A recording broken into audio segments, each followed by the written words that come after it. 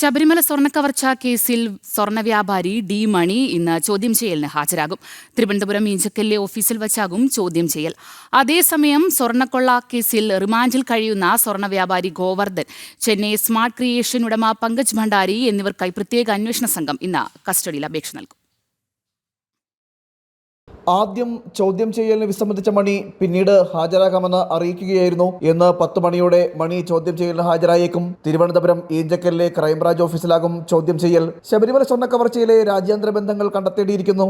അതിനാൽ ഇന്നത്തെ ചോദ്യം ചെയ്യൽ നിർണായകമാകും. മണിയുടെ ഫോൺ നമ്പറുകൾ മറ്റു 3 പേരുടെ വിലാസത്തിലാണ്.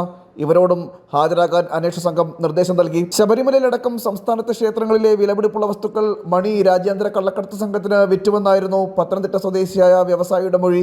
മണി ശബരിമലയിൽ നിന്ന് 4 പഞ്ചലോക വിഗ്രഹങ്ങൾ കടത്തിയെന്നും മൊഴി നൽകി. ഇതിന്റെ അടിസ്ഥാനത്തിലാണ് മണിയെ ചോദ്യം ചെയ്യുന്നത്. മണിയുടെ ബാങ്ക് വിവരങ്ങളും പരിശോധിക്കും. ഒപ്പം മുൻപ് ശ്രീപത്മനാഭസ്വാമി ക്ഷേത്രത്തിലടക്കം മണി സന്ദർശിച്ചതായും അന്വേഷണ സംഘത്തിന് വിവരം ലഭിച്ചു.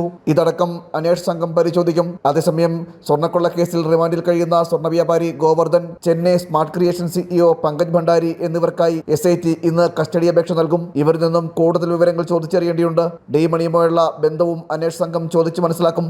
ജനം, തിരുവനന്തപുരം.